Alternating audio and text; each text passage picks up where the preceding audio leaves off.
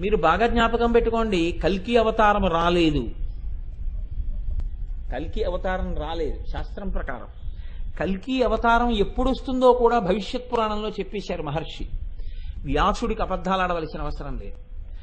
శంబల గ్రామంలో విష్ణుయశుడు అనేటటువంటి బ్రాహ్మణుడికి కల్కి జన్మిస్తారు. జన్మించి ఆయన శ్వేతాశ్వం మీద కూర్చుని కాషాయ పతాకాన్ని చేతిలో పట్టుకుని ఈ భూమండలం మీద తిరుగుతారు. భరతఖండం కర్మభూమి. ఇక్కడ కూడా క్రమక్రమంగా కర్మభూమి అయినటువంటి భారతదేశంలో కూడా వేద వ్యతిరేకమైనటువంటి వాదనలు ప్రబలిపోయి ఇక్కడంతా కూడా కర్మకాండ నశించిపోయి యజ్ఞం యాగం అంటే ఎవ్వడు చేసేవాడు చేయించేవాడు లేకుండా అనాదరింపబడి ప్రజలందరూ భోగాసక్తితో వేదమనేటటువంటి మాటే నిరసింపబడిన రోజున కల్కి అవతారం పుడుతుంది. భవిష్యత్ పురాణంలో ఏం రాశారంటే కల్కి పాపులను శిక్షిస్తాడంతే. ఎటువంటి శిక్ష వేస్తాడు అంటే కల్కి అవతారం రాగానే భంగధర వ్యాధులు ప్రబలుతాయని రాశారు. ఆసన భాగమునందు పుళ్ళు పుట్టి పాపులందరికీ నెత్తురు కారిపోతుంది. కారిపోయి ఎక్కడి వాళ్ళక్కడ దీపపు పురుగులు పడిపోయినట్టు పడిపోతారు.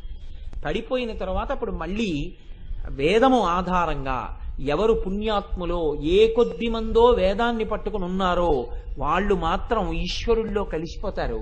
అప్పుడు మళ్ళీ ధర్మము నాలుగు పాదములా తిరగగలిగినటువంటి స్థితిలో సృష్టి ప్రారంభమవుతుంది. కాబట్టి కల్కి అవతారం రావడము అంటే పాపనాశనం జరగడానికి హేతువుగా వస్తుందని, అది కాశ్మీర దేశంలో ఆ అవతారం ఆవిర్భవిస్తుందని, విష్ణు ఈశ్వరుడి కడుపున కల్కి అవతారం వస్తుందని దశావతారాల్లో ఆ అవతారాన్ని కలుపుతూ ఏనాడో వ్యాస భగవానుడు నిర్ధారించి ఉన్నాడు. కాబట్టి ఆ అవతారం ఒక్కటి రాలేదు.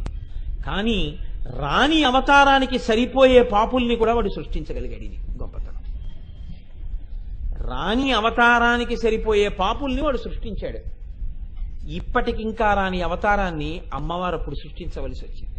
అంటే ఇప్పుడు వచ్చే కల్కి కూడా అమ్మవారి అనుగ్రహంతో ఆ కల్కియే మళ్ళీ రావాలి భవిష్యత్తులో. కాబట్టి దశావతారాల్ని అమ్మవారి వేళ్లతోటి సృష్టింపచేసింది. రాక్షస ప్రవృత్తి అంటే ఎంత దారుణంగా ఉంటుంది అన్నదానికి మీరు చూడవలసినటువంటి ఉదాహరణ. అందుకే పైకి నామంలా ఉంటుంది కానీ ఆ లోపల ఎంత విన్యాసం ఉంది యుద్ధంలో అన్నది మీరు గమనించాలి.